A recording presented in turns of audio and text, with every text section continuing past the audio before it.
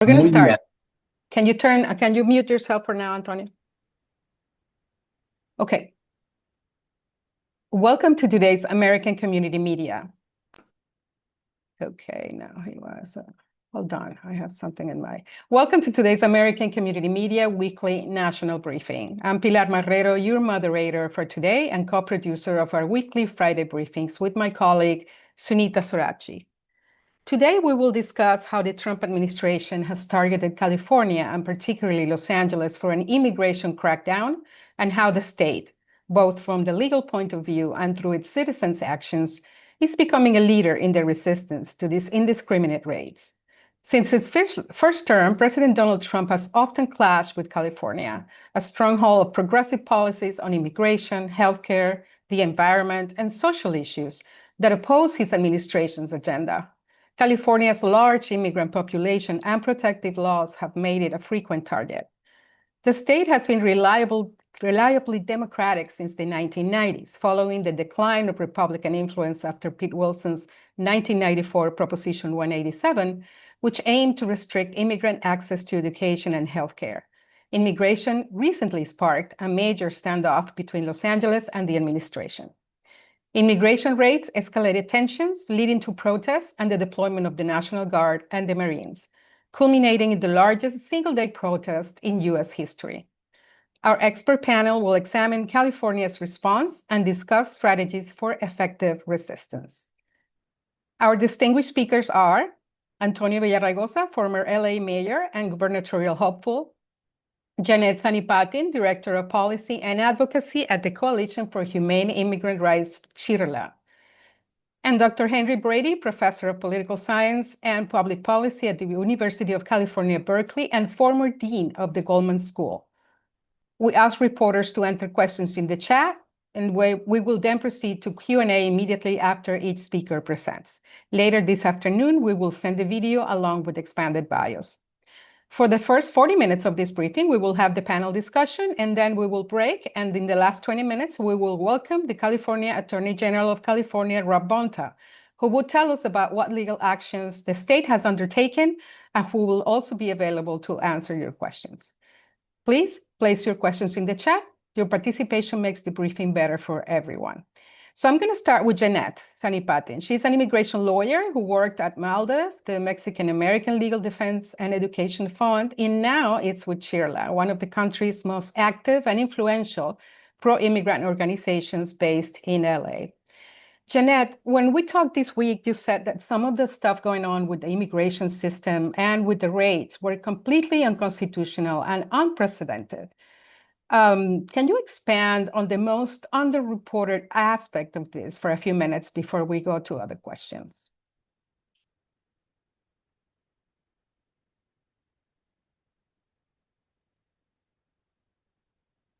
Hello? Jeannette? Yes, sorry about that. Okay. So just by way of background, I am an immigration attorney, almost 30 years of practice in immigration law. And just by way of background, like we have never seen anything like this, like the moment that we're seeing this moment at this present moment. So some of the things that we are seeing are obviously the Trump administration asking judges to dismiss cases for those folks that have active cases in immigration court. In many instances, judges are complying with the Trump administration and dismissing these cases. And once folks leave their court hearings, they're being arrested right outside of right side of the courthouse, right? And in many instances, some folks are represented by counsel, some aren't. But when they do have counsel, counsel is not able to ascertain what is the point of arrest, where their clients are being transported to, and are cut off from communication with their clients. And so we have seen and have experienced ourselves the inability to be able to speak to our clients once we do locate them.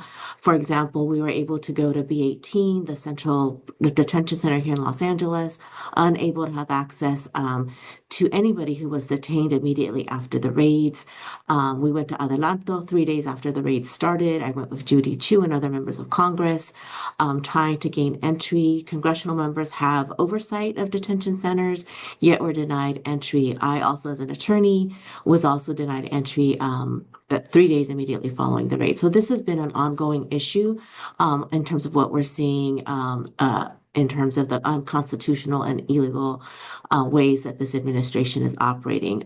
They're also having folks that are being arrested at their immigration court check-ins, at USCIS interviews, again, unprecedented for routine check-ins, for routine interviews with USCIS. People now have to decide, do I go to my appointment and risk getting my case thrown out or getting my application denied, or in the case of court, right? In case of going to court, do I get a deportation order entered against me because I don't go to court? But then I also risk getting picked up and arrested by ICE enforcement. And so all of these things together just really demonstrate sort of the um, uh, lack of this administration just really trying to do and change policy sort of at whim without really taking into account our constitutional protections and rights that we have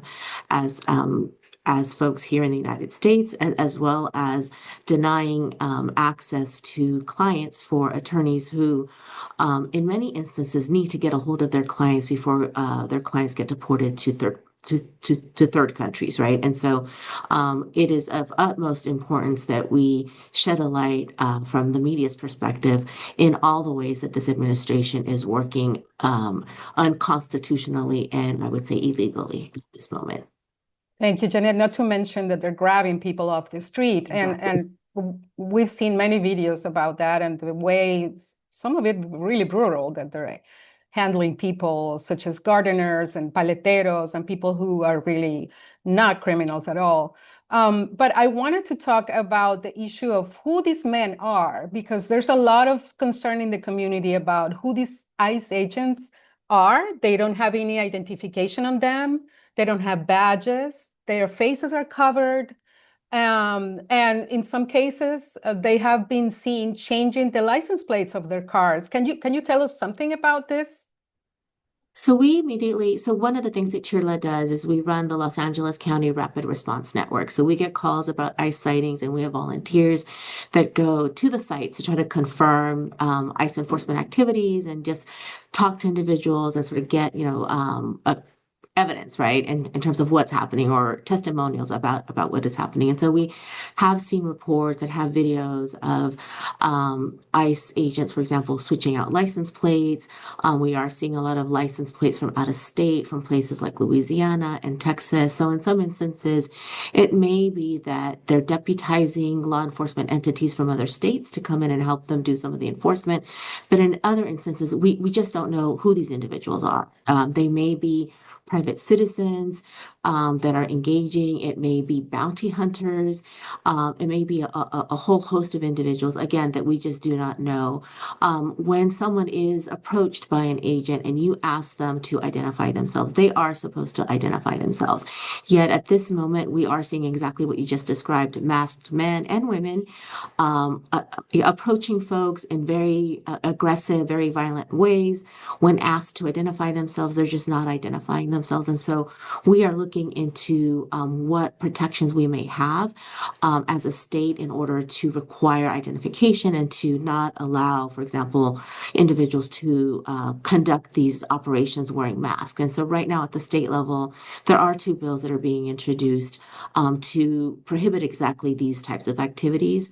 But we're also talking and speaking with other local law enforcement entities to see also what other types of protections or jurisdiction does local law enforcement have in the wake of all these folks that are being aggressively and violently attacked and in many instances kidnapped.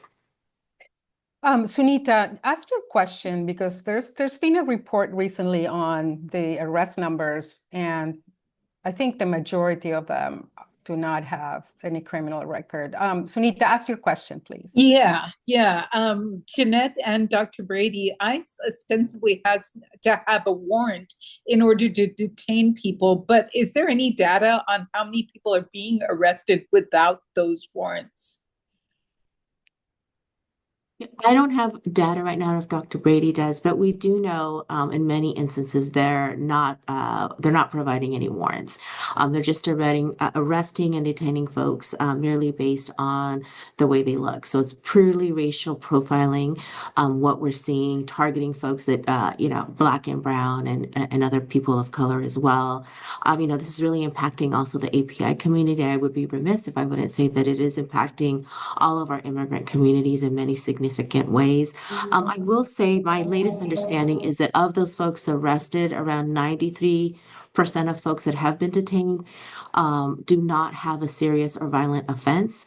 And at least it's within the 63 to 65% of folks have no criminal convictions. And so the rhetoric that we hear from this administration that they're going after criminals and really bad people is really in question because of the data that we're seeing of folks being detained and arrested. Yes, Thank you. and that information is taken from the Cato Institute report. There are other analyses that have been given out there, but this is one of them. Let's see. We still have a few minutes with Jeannette. Henrietta, can you ask your question, please?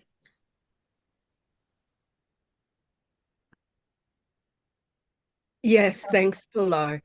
Given the limitations that were announced today that the Supreme Court has placed on judges, what do local lawyers have to challenge the arrests that ICE is making, especially when it comes to the powers of local judges now that have been limited? Yeah, so we're still analyzing the injunction piece and how that might play out, given the Supreme Court decision on birthright citizenship. But we do believe, right, that at the local level, we still have the ability to file lawsuits and ask for injunctions. Whether they're going to be nationwide, that's what this decision sort of calls into question. But we could still go into district court and file. For injunctive relief at the local or even at the state level. Because even with the birthright citizenship case, I believe that some of those injunctions that were in place prior to the Supreme Court decision, those injunctions are in place for several states. And so we do know that several states do have protection from birthright citizenship. Yeah, 22 states, including 22 states, California. exactly. Yes. Yeah, including California. Yeah. Yeah. Thank you, Jeannette. Hold on, and you can chime in other moments in the briefing if you like. But we're going to move on to our next panelist. Thank you so much. So we are now joined by Antonio Villaraigosa. He was the first Latino mayor of Los Angeles, and he's now running for governor of California. Mayor, how do you feel, and what do you think about what's going on in LA at this time? Well, thank you for having me, Pilar, and thank you to CHIRLA and Maldek and others who have been on the front lines of fighting against the Trump policies with respect to immigration. As you know, Pilar, because we've known each other almost 30 years, I first got involved in immigrant rights work in 1972. I was involved in the fight against the Rodino bill, the Mazzoli bill, the Simpson-Mazzoli bill, the fight for, immigration reform in '86. I have never seen in my lifetime these kind of actions on the part of the federal government, federalizing the National Guard for the first time in 60 years. And the last time the National Guard was federalized, they were federalized for the purpose of protecting people's civil rights, not infringing on those civil rights. I can tell you that I've never in my lifetime seen people in military fatigues or civilian wear covered from head to shoulder with assault weapons, flash bang grenades, going after nannies in LA, gardeners, people working at places, schools, graduations. I've never in my lifetime seen anything like this. We know that in the 30s during the repatriation movement, so-called repatriation movement. They actually deported American citizens. They're trying to do that again. We know that in the 1950s with Operation Wetback, again, more than 1 million people deported. But in modern times, nothing like this. And certainly, even in those times, you didn't see people who refused to identify themselves looking, as someone just mentioned, sometimes people believing they're getting kidnapped, kind of like you see in Russia or totalitarian governments. We've never seen that in this country. And so I think for all of us, it's what many of us thought could happen. Some doubted that it would. This is a move on the part of the federal government to go after not criminals. You just heard more than 90% of these people have not committed crimes, and probably a much smaller percentage have not committed serious or violent crimes. This is just unacceptable. It's un-American. It has to be a flashpoint for those of us who believe in our democracy and who want to fight a president who clearly doesn't. Okay, there's a question in the chat. Maybe you have something to say. Linda Joy Henley from Chico Sol, do you want to ask your question? Audio. Yes. Yeah, it seems like they are able to track down people besides the ones who are grabbing off the street. They target certain people and they find out where they are through the DMV or maybe other agencies. But can California do something to stop that, since it is a California Department of Motor Vehicles? Can we require them to have subpoenas or court orders? What can the state of California do to limit their access to information? If you're asking me, Yes. I'm not a lawyer, and we have lawyers on the call, but I could tell you, yes, we could require that they ask for a subpoena, or we should at least make that effort. We should do everything legally possible. I think this is an opportunity for Americans to come together, no matter if you're Latino, related to somebody who's undocumented, or just believe that our civil liberties have been infringed upon at a level that, again, in my lifetime, I've never seen. So I think we should use the courts where we can. Clearly, this is a conservative a court that doesn't believe in stare decisis, doesn't believe in civil liberties to the extent that prior courts have. I think we should use every means possible to push back, including demonstrations. They have to be peaceful. I'll be clear about something. I grew up, and probably the only person on this thing for more than 50 years fighting this kind of thing. And I can tell you this, they got to be peaceful. When they're not, we lose too many people.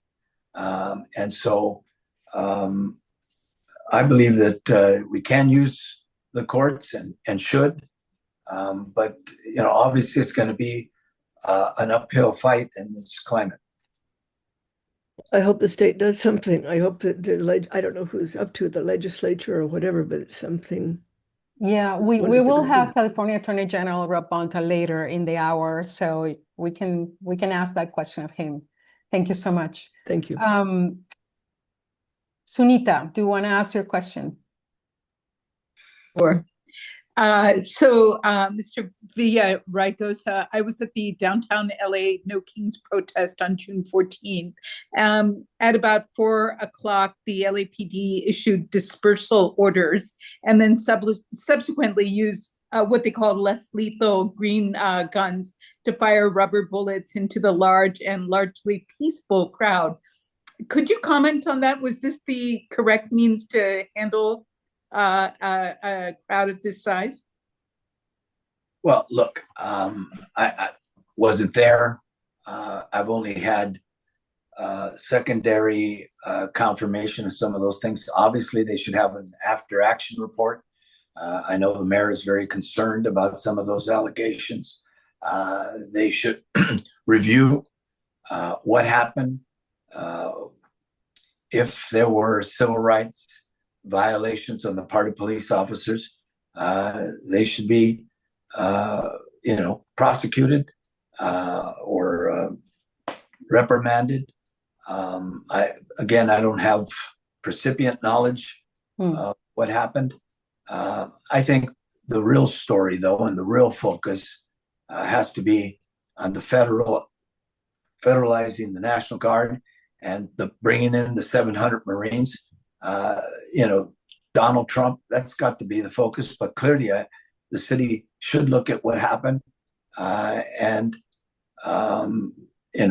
reprimand, discipline folks to the extent that those actions are accurate.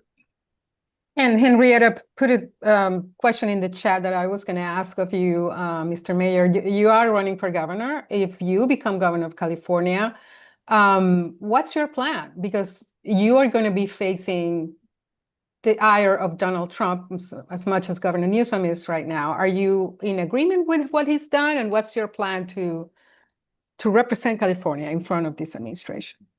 Well, when they sued regarding the federalizing the National Guard, I actually called for that on TV on Sunday, and I think on Monday they decided to do that. I'm not saying he did it because I said he should do it. I think we need to use the courts. We have lawyers on this, call. I think we need to use the courts, but we need to be clear. You can't actually physically stop them. That's clear. The notion that the federal government can't engage in deportations or that we can physically stop them, it's just not. It's just not true. We can't. But I think we do need to challenge it, review every possible way to push back. And so I do support most of what he's done. I think we need to engage, the public to push back on this. But, it's not like, we can push back against federalizing. We tried, and we should appeal it, and we should take that all the way to the Supreme Court. Again, the last time we did that, it was to protect civil rights, not to infringe upon them. But it's not like we can physically stop them. I think you could use the bully pulpit, and I will. I have my whole life. In fact, in a way that very few people in politics, at least in California that I know of, that has been doing this since I was a kid. But I also know the limits. We led marches. We developed, a broad movement around that in '86. And I think we needed to, and the same with 187. Remember, I was elected the year 187 was passed. Yeah. And I challenged it throughout the 6 years I was in the legislature. Mm-hmm. We can challenge it. We can speak against it, but you can't physically stop them from doing what they're doing. That's why the courts are important. That's why having, people like the people we have on this call who've spent a good part of their lifetime, in the case of the last speaker, fighting for immigrant rights, and more importantly, fighting for the American Constitution. I mean, today we just heard that the courts have opined that a district court cannot enjoin the federal government on this issue of birthright citizenship. I mean, like, that hasn't happened in more than 100 years. Again, some of this that's going on is it's a cases of first impression. And should we challenge it? Absolutely. But if you say, what's the plan? Anybody that tells you there's a plan to physically stop that, there's none, except for movement. I do believe in the power of people. I do believe that we can develop a movement around this. But those of us who have been involved most of our life on this issue know this. Martin Luther King and Gandhi showed the way. It's got to be peaceful. It's got to be broad. It can't just be us. And while a lot of communities, and I do agree with the last speaker that a lot of communities are terrified, let's be clear about this. They come after us more than they come after anyone else. They disproportionately focus on us. And what I've said is, I would be against these kind of raids if they were Black, if they were, Asian, African, whatever. And I think I'm hoping that most people will feel the same way. But some of us feel it differently than others. And I think that's what I bring. When I saw those images of people being, dragged away at graduations, dragged away from courthouses when they're with their lawyers, dragged away in the streets. I feel it in the way not everybody does. Let's be clear. Those are our people. And, they're hardworking. They work every day. They contribute mightily to this country. And it's an absolute abomination that more people aren't as indignant as many of us on this call. Thank you. Thank you. Point well taken. There's no magic wand. There needs to be people power. Thank you so much, Major Villaraigosa. Stay around if you can, a few more minutes. We're going to go to Professor Henry Brady. Professor Brady, is the administration specially targeting California, and why is that?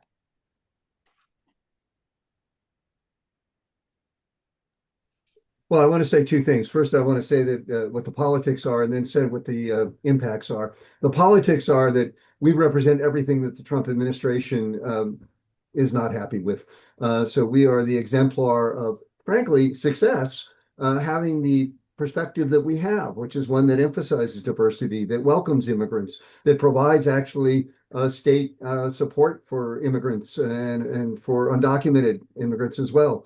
So we do just a lot of things that are antithetical to what the Trump administration wants to do and thinks is the right model for America. I would say we're the anti-MAGA model, and because of our success, and there's just no question, but despite the rhetoric from the Trump administration, this is an incredibly successful state, that we are the exemplar that causes them pain, and they want to hurt us. And so let me talk about, just briefly, the 5 things they're doing right now, at least, which are hurting us and which will have long-term consequences. One is tariffs in the ports of LA and Long Beach, and Oakland for that matter, which are enormously important to the United States. 31% of container goods come through the San Pedro ports. So that's number one, and that's causing loss of jobs. Number two, we've talked a lot about the immigrants and what that's going to do to the economy. It's going to cause people not to have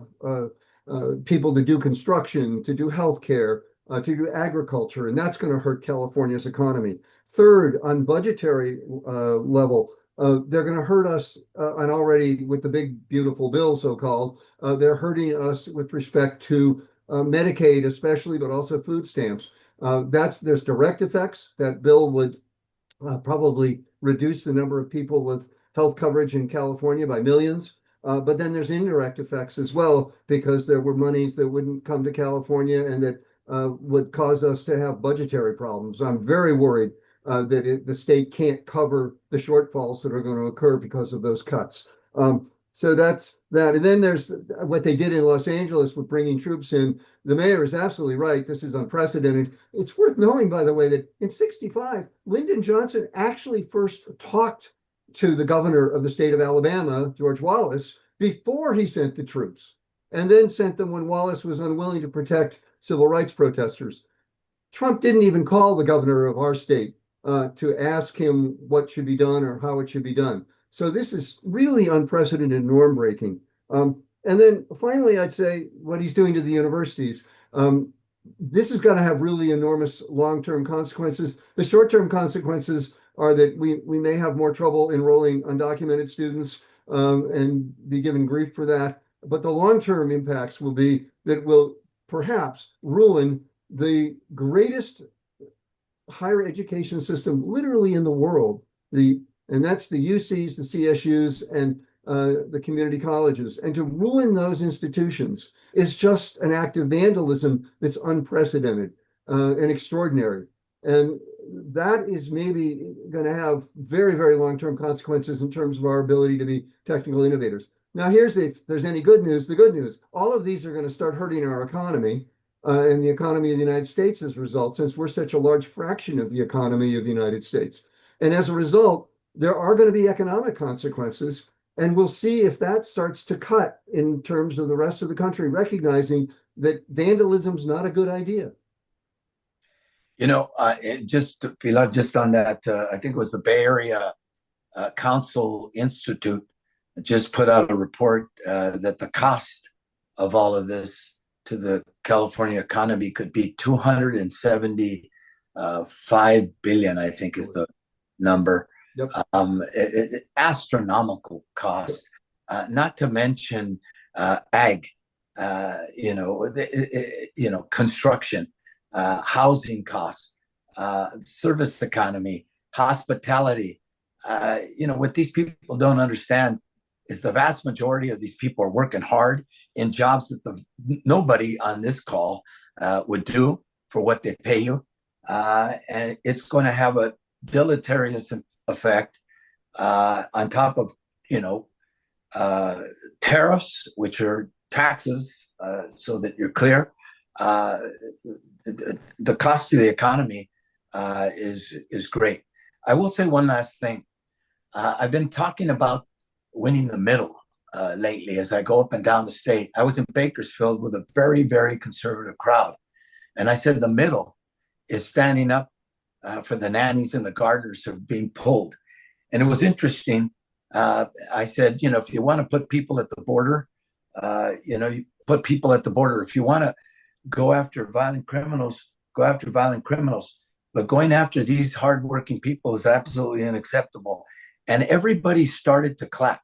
These were very conservative people. I think there is an opportunity for us to win the day on this issue if we're smart and if we fight back in a way that is looking to win, not to score points, not to be the most whatever progressive, but to really challenge what these people are doing as un-American, as beyond the pale, as something that Americans cannot tolerate.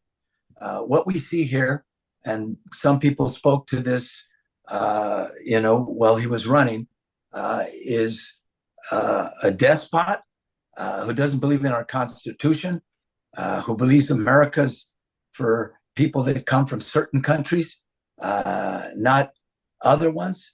And I think that kind of thinking goes the grain of what the vast majority of people believe in.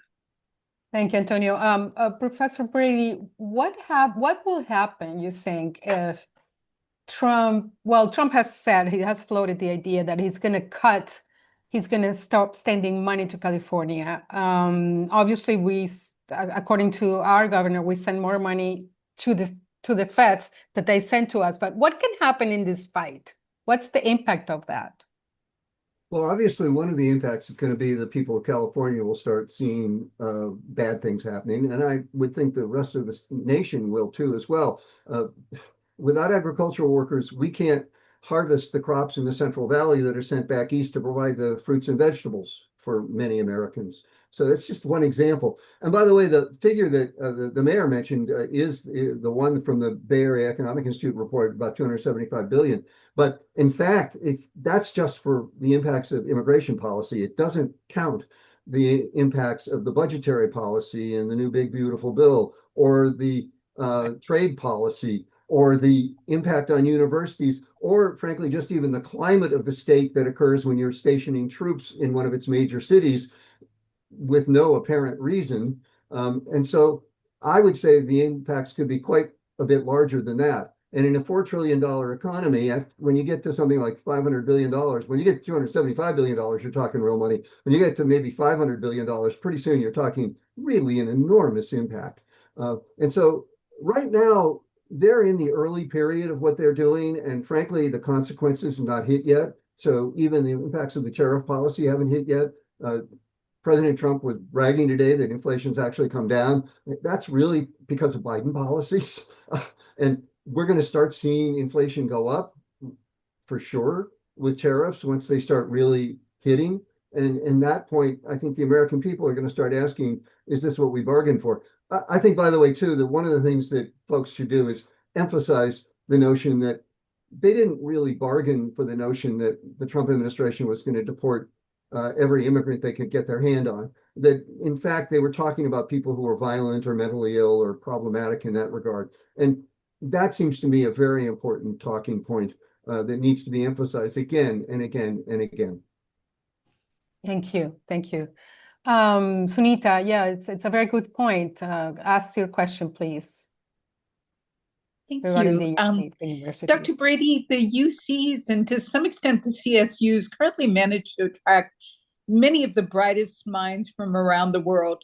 With the current investigation of these systems and a foreseeable drop in enrollment, in foreign student enrollment, what does that mean for the innovation and entrepreneurship our state is renowned for? A broad question, but I thought I'd ask it nonetheless. Well, I think it's a real issue. I mean, we have lived off of the fact that we have immigrants who come to California and who do extraordinary things, and to stop that flow is going to hurt California. We've also lived off a university system that's the most innovative in the world.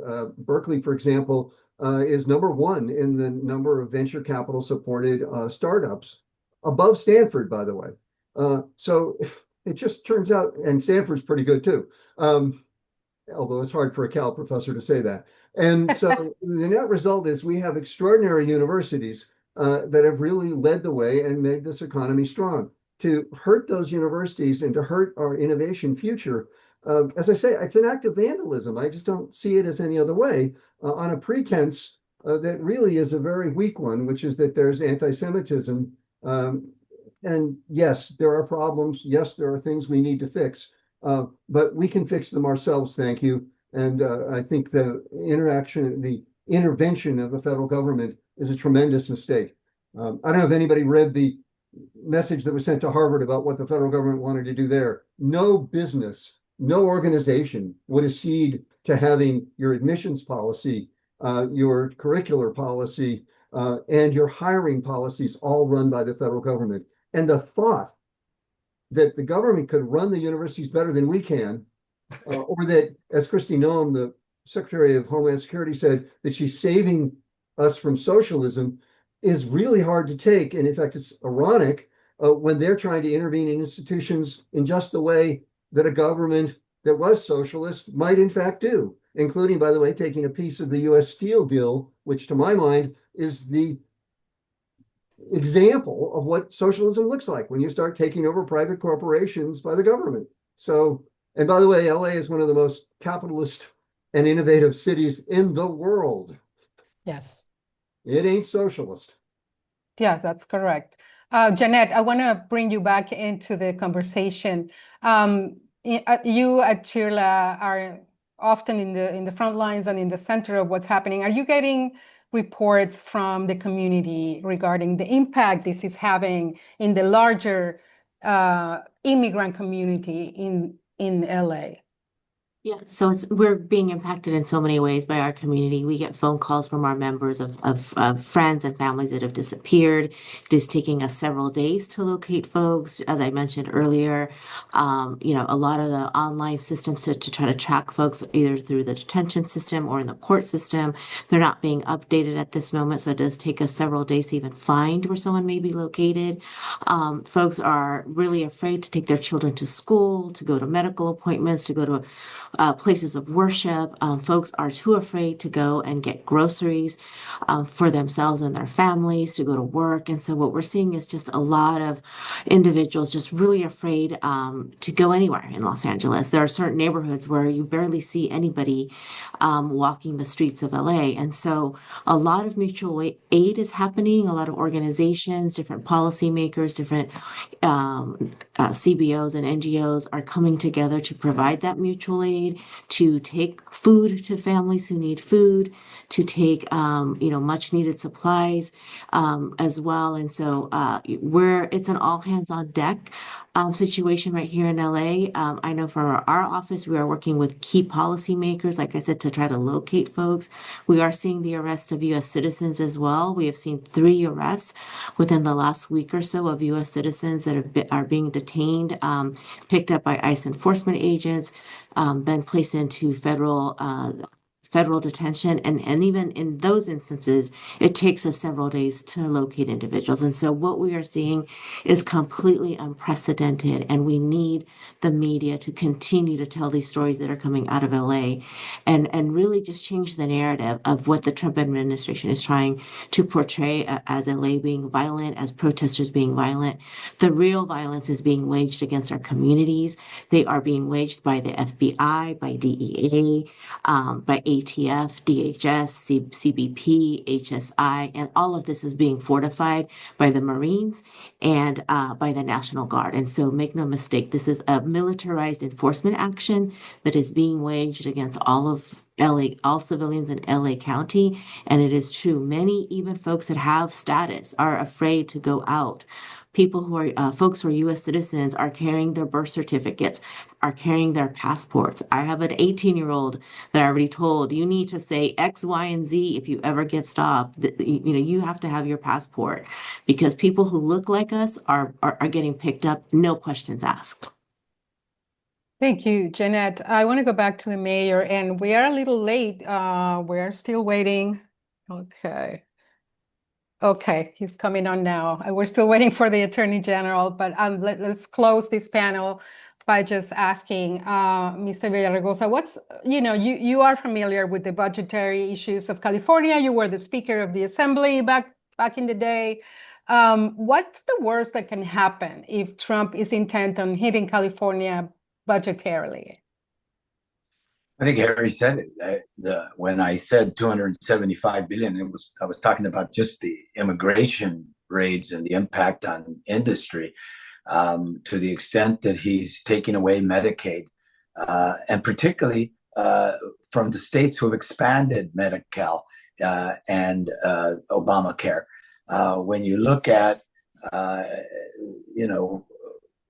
all of the proposals that he's making with respect to the budget, I don't think there's been an estimation by the LAO, but I'll tell you, it's going to be in the billions. It's going to have a tremendous impact, and we're going to, whoever is the next governor is going to have to make some really tough choices, and that's why I said we have to challenge this wherever we can, through the courts. Through a mass movement of people against these policies, but we're also there's going to be on the short term until we win back the House. There's going to be a lot of economic and pain in the state. Yeah, and Professor Brady, Dean Brady, what's your take on how strong the national Democrats have been on this? There's a sense in many communities that they would want the party to be better, stronger, more organized. What's happening there? Well, as you probably know, there's a lot of internecine fighting that's been problematic for the Democratic National Committee, and that's certainly been a problem. It's not clear that they've figured out a route yet to move forward. I mean, this is fairly standard for a party that just lost an election, and so it's not surprising. There is a need for some people to stand up. I mean, to be honest, I've been happy to see the governor of California, Gavin Newsom, stand up and say things. And I think that's what California really has to do. And I think it also has to be with the edge of we're not a failure, we're a success. Uh, I'd rather be in California than Florida. And I can tell you why. I think Florida's long-term prospects, climate change, and economically, it's so dependent upon constant growth of more people coming into that state. Yeah. Compared to us with this extraordinary technical capability, I'd rather be in California than Florida. We're a better model for America. And furthermore, we're a generous model. We believe in the America that has a Statue of Liberty that welcomes immigrants and tries to find ways to support immigrants. Why? Partly because it turns out those immigrants make us better. Thank you, Professor, and thank you to all of you for being in this panel. We have now closed this panel. We're going to move on because we are joined now by the California Attorney General, Rob Bonta. If you want to stay, you guys are welcome to stay. If you need to go, you are welcome to go as well. Thank you so much. Let's see, Mr. Attorney General. Okay. Mr. Bonta, can you hear me? Hi, I'm here. How are you? We are very good. Thank you so much for joining us. We really appreciate it. Well, I was going to ask you a question, but today's decision in the Supreme Court is just pushing me to ask a different one. Can you tell us what the impact of this decision is for California and for the 22 states that has sued against this executive order eliminating birthright citizenship? Absolutely, and maybe if it's okay, I'd like just to make some brief opening remarks, and say thank you for all that you do. I really do believe that at my core that we're at our best as a society when we ensure that all diverse perspectives and backgrounds and communities are seen, are heard, are represented, and that goes for businesses and local communities, state and federal government, and definitely in our media. So it's fundamental to the success of our democracy that. And that of the people, that we are of the people, by the people, for the people, and that certainly includes you, members of the press. Such a critical piece of that important democratic puzzle. We rely on you to shine a light on what's really going on in every facet of our lives, and we rely on you to reach people where they are so they're informed and aware of what's happening in our world. So I want to say thank you. It's so important right now as we see too much misinformation, disinformation, attacks on the press. The courage that you show to seek the truth and tell the truth is absolutely critical. So I want to say thank you. We are committed to the rule of law, and I'll get to your question in 1 second. Okay. And we are definitely focused on upholding our democracy and making sure that the law is followed, including, yes, by the President of the United States. And unfortunately, he has been a repeat offender when it comes to violating the law and trampling on the Constitution. And I wish that I and my fellow Democratic attorneys general never had to go to court because the President of the United States was breaking the law or violating the Constitution. But unfortunately, we've had to. We've done it 26 times in 23 weeks. That's more than once a week. It's double the speed and amount of lawsuits than in Trump 1.0. And it is all based on what he does. If he follows the law, we don't go to court. If he breaks the law, we go to court. And so he's broken the law and hurt our states 26 times in 23 weeks. And it's up to him what he does next, but we don't see any slowing down in those cases, unfortunately. And we are absolutely immovable. I am immovable on the proposition that the president must follow the law, that no one is above the law. He thinks he's above the law. He's not. No one is. And so we will continue to go to court. If rights are violated, we'll go to court to vindicate them. If the law is broken, we'll go to court to make sure that the illegal activity is stopped and blocked. We've had cases that involved a whole range of different issues, including ending a case that sought to end birthright citizenship. And I'll talk about today's ruling.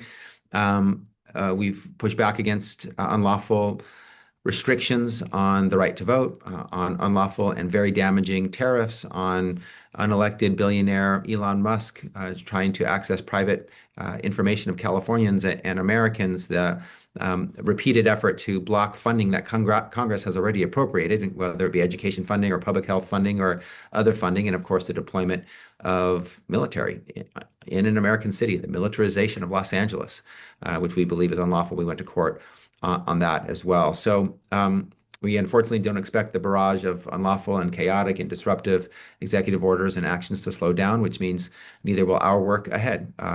Got a full tank of gas, full of energy, ready for what's next, whatever it might be.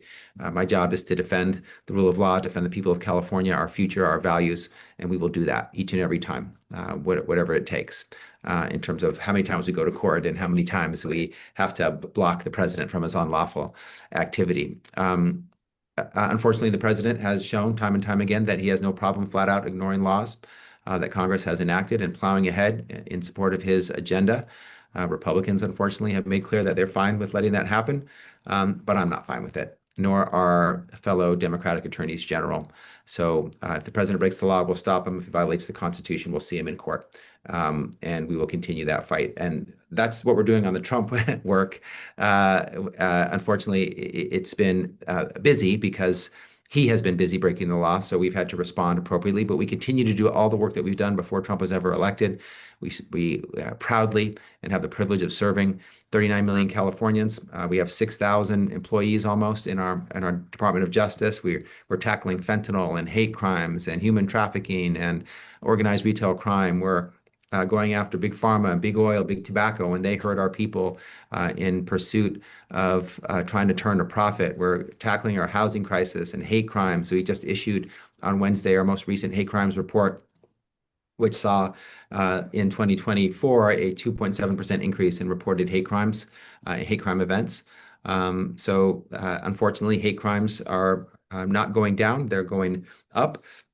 And we continue to have the immovable and resolute position that there's absolutely no place for hate in California. And I hope that our partners, you in the media, will use the data that we put out to better understand where we are and see how we can address the problem with the urgency it demands when it comes to hate crimes. So let me just say thank you again for all the work that you're doing to report the facts, to tell the truth, to ensure Americans are informed, that they know what their elected representatives are doing and what the challenges are that we're facing, what their elected representatives are not doing as well. And I'll answer your question now and then open it up for any other questions that you might have. But today's U.S. Supreme Court order on our birthright citizenship case certainly was a mixed bag. I do want to make clear it did not address the underlying substantive issue of whether the constitutional right of birthright citizenship continues to be a constitutional right. I believe that is very clearly established in the U.S. Constitution. The U.S. Supreme Court has upheld it, and that birthright citizenship will continue to be a right. If you're born on American soil, you're an American citizen, period, full stop. Doesn't matter who your parents are, what their immigration status is. That's been the rule. It's in the 14th Amendment of the U.S. Constitution, and I believe that will continue. The court order today was about what type of remedy is appropriate. What can a court order when states go into court and plaintiffs go into court seeking a order to address an unlawful act? And they decided that there's not authority in the courts for what has been called universal injunctions that apply to not just the parties that are before the court, but to other parties that are not before the court. And the court said you need to be a party before the court to get relief. And here we think that the 23 Democratic Attorney General represented states that have gone to court deserve a nationwide injunction in order to get the complete relief that we deserve. So we are continuing to seek a nationwide injunction on this issue. We've always said that nationwide injunctions are not always appropriate, and they're not never appropriate. They're sometimes appropriate, and we believe that they're appropriate here when it's a constitutional right that applies to everybody. And the difficulty and the administrative chaos and the financial cost to states of having a baby born in Texas have a different immigration status than a baby born in California. But if that baby in Texas comes to California, California will recognize that baby as a U.S. citizen. That creates harms to California that are deserving of a nationwide injunction. So that's where we are. That's my view of the case today. Of course, there are parts that were disappointing, but we think that we will still secure a nationwide injunction, and we believe that birthright citizenship will still be upheld as a constitutional right. Thank you so much, Mr. Attorney General. There's a reporter, Nevin Kalipali. Do you want to ask your question of the Attorney General? Because this is something I was going to ask regarding who these ICE officers are. People have a lot of suspicions out there that who are these people with the masked face? Who are these people that have no badges, that don't identify themselves? But there's a reporter here asking a specific question about local militia.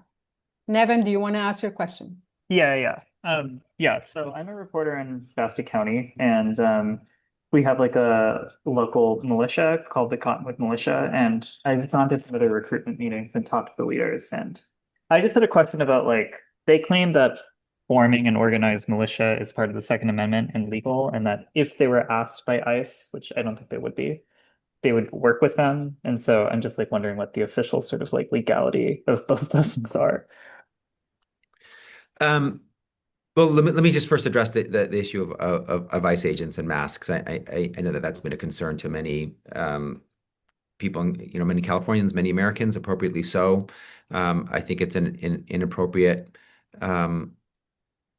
behavior and conduct. It's unsafe for the ICE agents. It's unsafe for the public. It allows for the possibility of copycat criminal groups to pose as ICE agents and harm Californians and Americans. It puts ICE agents at risk because people don't know who they are. And if they're not clearly marked and don't look official and have their faces covered, folks could act in self-defense, feeling that they are being the victim of crime. Also, the ICE agents don't typically communicate with other local law enforcement or state law enforcement, like my office, which is a typical practice to have the communication, so you can have what we call deconfliction. So, law enforcement doesn't respond to a law enforcement operation and put lives at risk and provide threats to public safety. So there's a lot of problems with it. And it would probably require the federal government being firmer about the requirements of their federal agents because of the way the U.S. Constitution works with the Supremacy Clause, intergovernmental immunities, federal preemption at times. What states can do to require federal law enforcement agents to engage in certain practices is limited, unfortunately. But we still have the bully pulpit, and we'll continue to say that it's wrong.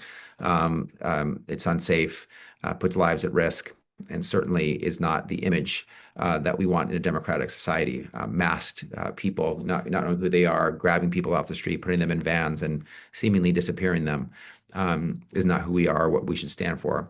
So with respect to the militia and the Second Amendment, I would need to see the specific conditions and the constitutional provision that they're relying on, and its interpretation by the court to have an exam to be appropriately opining on whether what is contemplated is lawful or not. But the idea of folks who are not actually trained peace officers, trained officers in a certain type of conduct sounds like, including immigration enforcement, does not seem like a recipe for success, nor does it seem safe. I'm going to ask you a final question. I know we're closing in on the hour. I think this is very important. There's reporting that data from Social Security and Medicaid or Medi-Cal in California has been turned over to DHS. Have you looked into what they're doing with that data? And in the case of Doge, for example, what people like Musk did with that data and what they could potentially do? We're looking at it.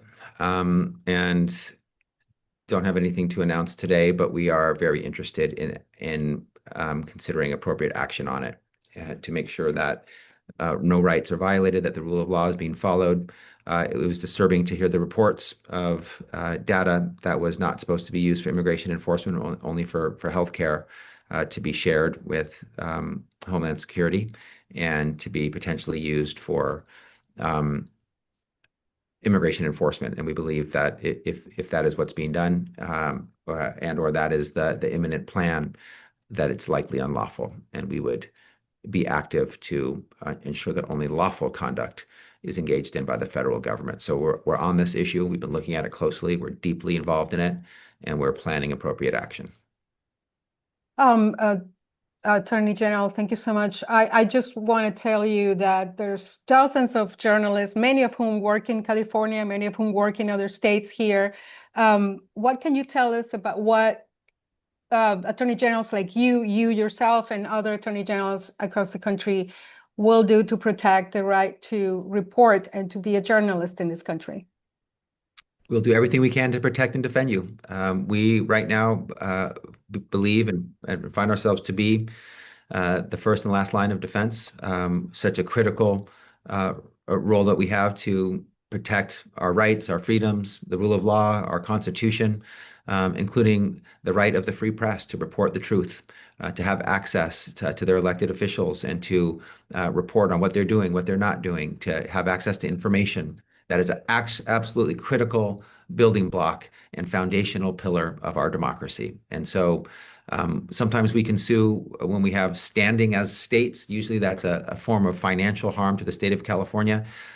Sometimes we don't have the standing to sue, but we get involved in lawsuits as friends of the court.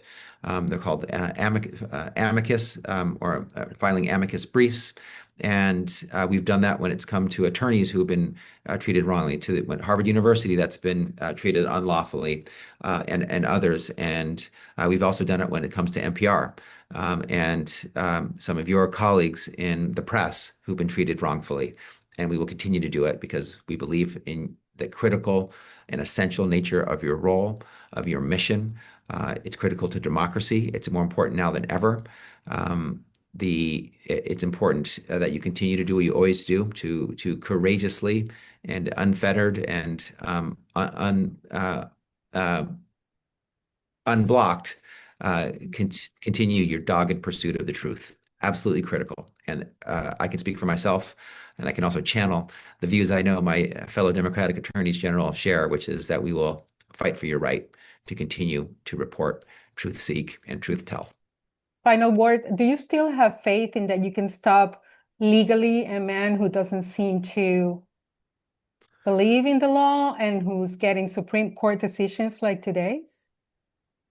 I do, absolutely.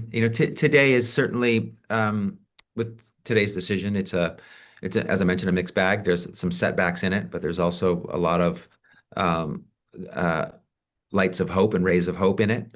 And the Supreme Court has been thoughtful in many of its decisions. They stayed, for example, or blocked the deportation of immigrants under the Alien Enemies Act that were going to be brought to other countries and jails in other countries like El Salvador. So I believe that there is generally an ongoing commitment to the rule of law on the U.S. Supreme Court, not by all justices in the same way, but as a body, as a fully constituted body. And definitely our district court judges, our appellate court judges are wrestling with the law and the facts, are issuing opinions. A proof point is we're winning on almost all of our cases. Of those 26 cases that we've brought, when the court has ordered a temporary restraining order or a preliminary injunction, which takes a peek at the ultimate merits of the case and says, are you likely to win this case? They've answered that question in the affirmative, that yes, we are likely to win, and ordered in our favor and blocked the unlawful action of the federal government. And the federal government, despite what some people might think, is almost always following those court orders. Sometimes we have to move to enforce a court order, and then the court issues a clarifying order, and then they follow it. So the court orders are broadly being complied with, but it is not normal, not acceptable, and it is very dangerous that we have a president who seems to blow past the law and trample over the Constitution so frequently. It's not normal. It's very uncommon, and it is never acceptable. And so we will continue to go to court where they do believe in the rule of law to ensure that he is held accountable and is only allowed to do lawful things and not unlawful things. California Attorney General Rob Bonta, thank you so much. Thank you on behalf of all the community media, the ethnic media in this call, and thank you to all the panelists who are still here. Have a good weekend, everyone.